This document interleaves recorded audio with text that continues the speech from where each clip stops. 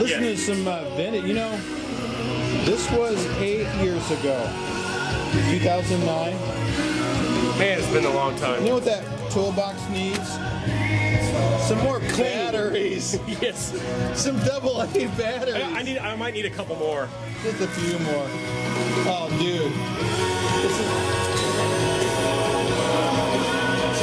Remember I was adding Frankie Valli to the end? Yes. It's so good. Oh, it's horrible. Look at that, man. SVT. So Craig bought the SVT 5 off of this guy 4 years ago. Which guy was it? This guy. Right.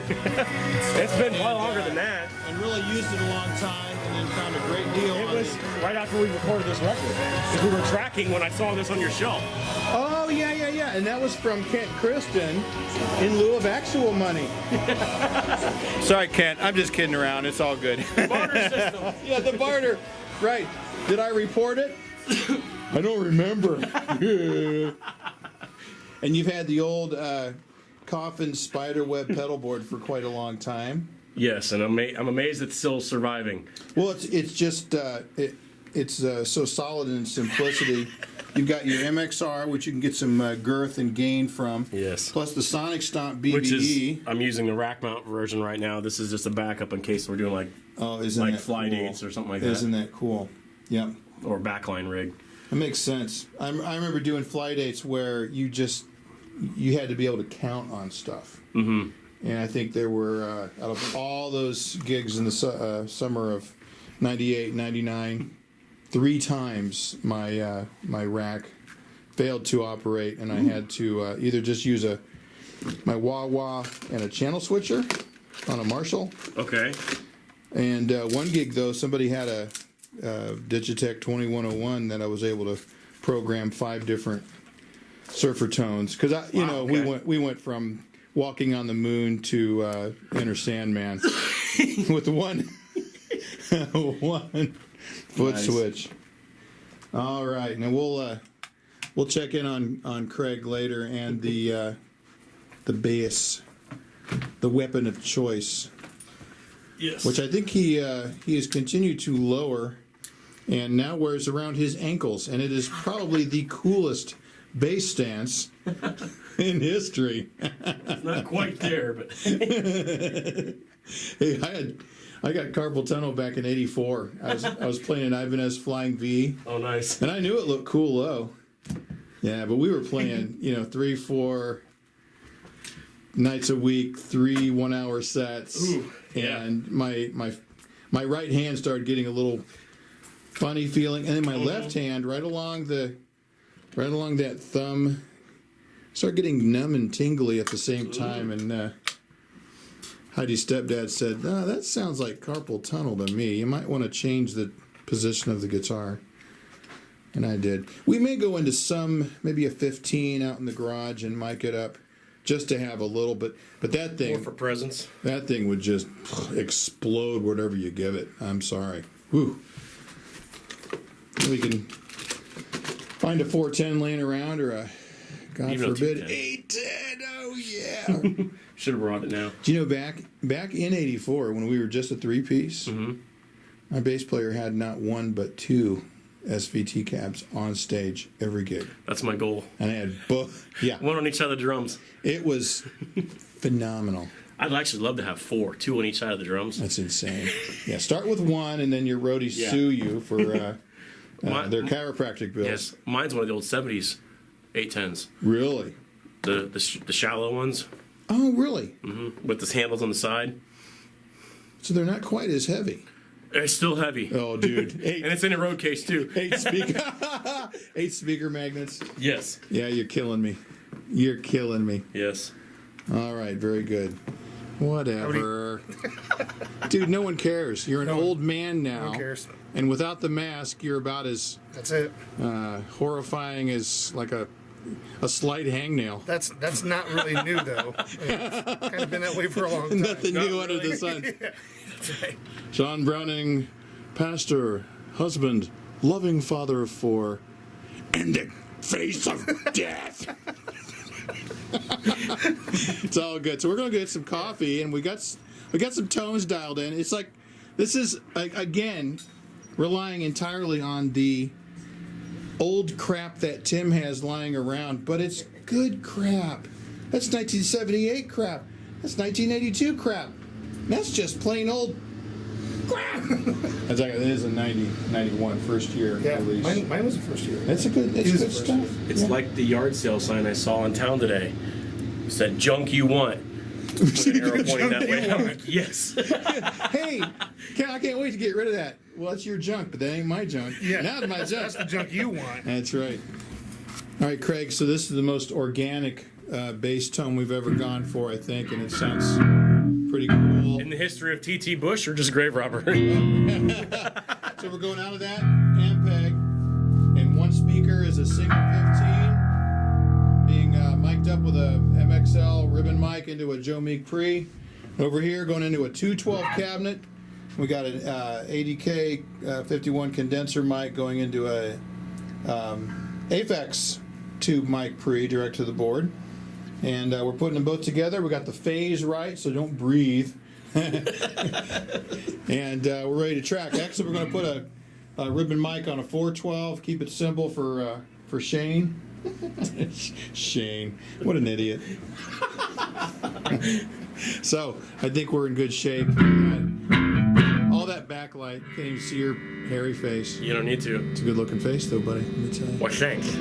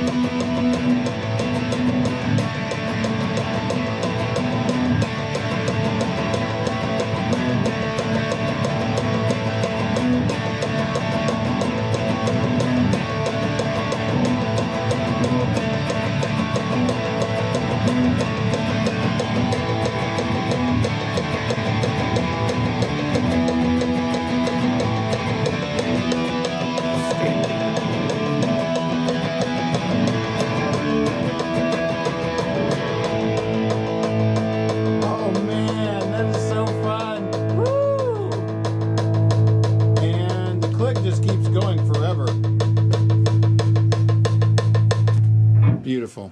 So how long? Escaping the Grave. How long is that song? Manson. It's kind of a long, like a Styx ballad of, yeah. It's like Sweet Man in Blue.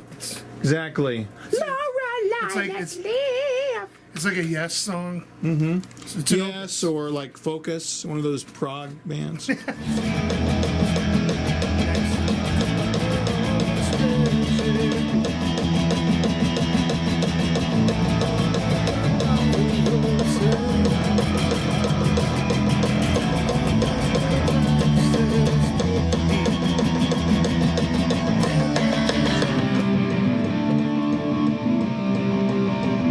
You film me filming you. There we go. Isn't that odd?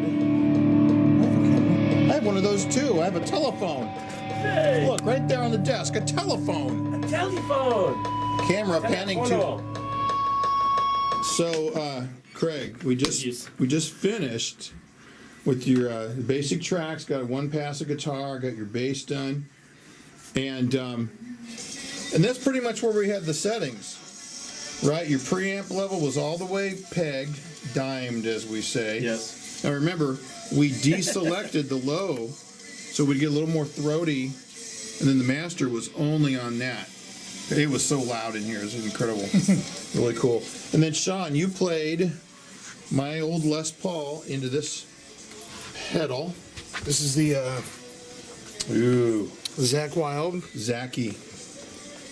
I got that from the bass player in Surface into my old trustworthy 100-watt, which is actually technically the first amp I ever paid money for. Now, I had amps before, but they... Combo? No, wait, this is second amp, sorry. Into the 412 with the ribbon mic. And then if we look at our mic preamp selections, nothing really super fancy. But I think... Two of them are coming into the Aphex, the ribbon mic with the, of course, the phantom power has to be off for those. And then I think, what did we bring straight in? Nothing. Everything was going through tube, or, of course, this beautiful trio of Joe Meek preamps. I think the, yeah, if you notice, I bumped the low end a little bit on the 15 coming from the bass.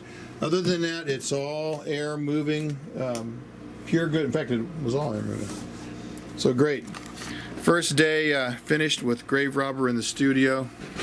There's Shane. It's messing Oh, with you forgot to mention that we actually mic'd the room. Right? Oh, that's right. Yeah. I'm glad you brought that up. So Sean's guitar chain was augmented by basically including one of the drum overheads. In fact, in all honesty, I didn't even move it, didn't touch it. I just turned it on. And so what we're going to do on the next pass is similar, although what we want to do is have a completely different guitar rig, different axe, different head, different cabinet, different microphone, but then also use that room mic over there, and then we'll swap left and right. You know, the dry guitar on one, room on the left, then the other one will have the dry on the left and the room on the right. I've done that a couple times, and remember the Mick Rowe 1988 record? Mm-hmm. Yeah. That was a big part of that, and Yeah. we cranked up both Marshalls, and at that time I had a condenser mic in my barn, which was much less full of junk. I need those guys from Canada to come down, Bam Bam and whatever, on Oh, right. their show, go through there. They might find something they want. But so on that one, we mic'd everything in the barn, and then had a condenser mic in the room, and we had to move that around a little more before we got it.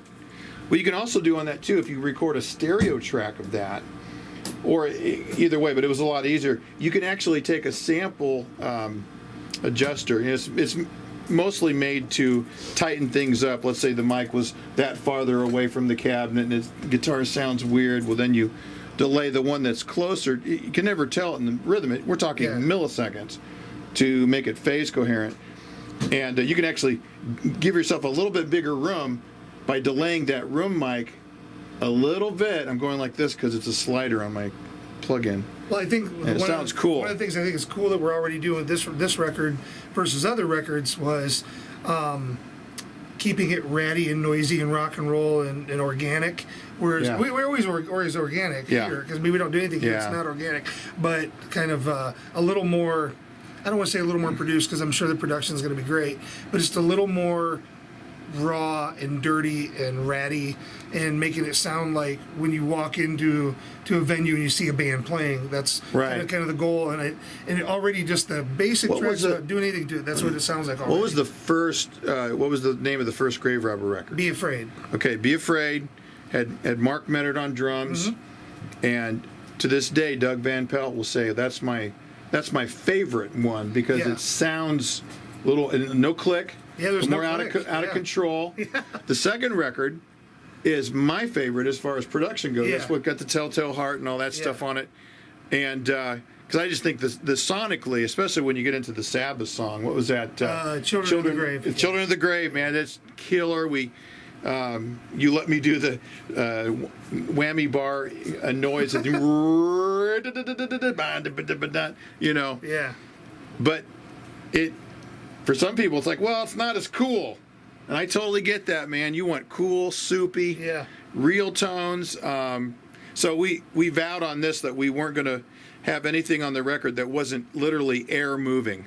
I did it once with Nate Butler on the Shiny Shiny Black record. We said, well, nothing goes on here that wasn't recorded with a microphone in some space, you know. And song wise, we had songs on the other records where when Mikey was he was a great lead player. So we put spaces for him to play leads. We put spaces where there'd be things where he could layer. But on this record, it's going to be like the AC/DC, Ramones, Misfits, where it's like guitar Left, right. guitar right, guitar left, in your face, wall of guitar just coming at you like that. And lots of yelling. Lots of hollering. Whoa. We're in Indiana, we holler. Lots of hollering. That's right. 'Cause we don't have a holler to go to for our hoedowns, so we got to holler ourselves. It'd be like living in my neighborhood where you hear everybody like yelling at each other in their houses. You can hear it right through the walls. Right, it's like Brooklyn. That's what it's going to sound It's like. going to sound like Brooklyn. It's going to sound like Philadelphia. The houses are too close together and you can hear Right. it. Boy, the way Glenn Miller played. All right, so it's I'm been a looking very forward to it. productive day. Yep. It's rock and roll. I haven't been recording as much lately as I have in the past. Wearing 3 hats is a You little just took the difficult. glasses off to say that. It's I serious. sure did.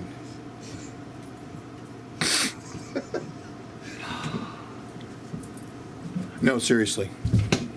So anyway, Craig's packing up, and got that road case. Oh my goodness! And then touring with the 810. It's a beast. Yeah. I should have brought it. Gee, can I? I think you're going to be happy that the 15 with the ribbon. I couldn't believe how much low end we were getting from that. Real present low end. It's still real punchy though. And then all that classic Craig patented gargly top end was coming out of that 212. Really cool. All right, we're bragging. The soup only tastes good when it's all done and cooked. The last thing we recorded with Jim Chaffin, the drum tracks sounded great coming in. So by the time it's mixed, those Christmas tunes that you did last year, yeah. that was Yeah. Jim Chaffin playing drums on that. So I don't care what you guys say about Jim. I think he's a pretty good drummer. He's all right. He's all I right. really He's do. all right. He'll do in a pinch. No, he doesn't. Whenever it's kind of like when I get tracks like that. It's almost like Christmas. You're downloading the drum tracks, and you're like, okay, what did he do with this song? Yeah. And you open it up in the song file, and you're like, yeah. Very cool. Yeah. The majesty. So So let me do this, guys. How about we do this? No digital reverb on the drums and no convolution. If we do it, I'm going to mic this room. Yeah. Or I've got another room that's kind of cool. Literally take a record, like a subgroup of the 2 mix of the drums, and record that. I'm in. I think that would sound Okay. really cool. That way we stick to our philosophy. I'm just showing this entire. We just saw this special on the Carter family. Johnny was in it a lot. He was later in life. He was kind of getting sick. Mm-hmm. Anyway, guys, I'm going to turn off the camera now, and you guys have to go home. Yes. Both Sean and I have these things that some people might consider lectures, and they usually go for about 35 minutes. I'm good for 40, 45. Hey, So, I know. you know what? I've been having to discipline myself. I'm trying to pull it back because I figure we live in a sitcom microwave culture. They start checking out after 30 minutes. What? So I try to get it 30, 35. I'm not always I successful. heard this old Baptist guy said that the mind can only comprehend what the posterior can endure. That's right. Yeah, it is at the end of a sitcom. It's time to get a sandwich. Time for Time to get to the kitchen. potty break. Right. Now it's time for football. Right. Oh yeah. But you don't have to worry because you're coming in late. No, we do have to worry because it's that's right. football time. That's true. So yeah. Not good. We've got people that are watching their watches to get out I know. before football. I'm like, Right. ridiculous. Well, I don't think the game starts at 1, so it would be bad if you have a fellowship meal. You're just scarfing your food. Oh, gotta get home. Oh, that is church culture. we had a guy in America. watching a game on his phone while we were in Oh, the yeah. middle of church. Yeah. Okay, so there was early on when the internet was still kind of in its infancy. I used to listen to these Mars Hill tapes with Ken Myers, and they were talking about virtual everything. And so the idea was, well, at what point is there virtual church where you hear you sing along with your computer, and then you hear the guy talk, and then at the end, those of us that are a little more doing this regularly, what do? Click on the bread icon, and this little heart music plays, and you click on the wine, right? Wow. So they had a special baptism, and it was the night of one of the playoffs, and so the guy says, well, you can always tape the game, and that way you can come to the baptism. And some smart aleck kid said, well, why don't we tape the baptism and watch the game? All right, I'm out of here. Bye.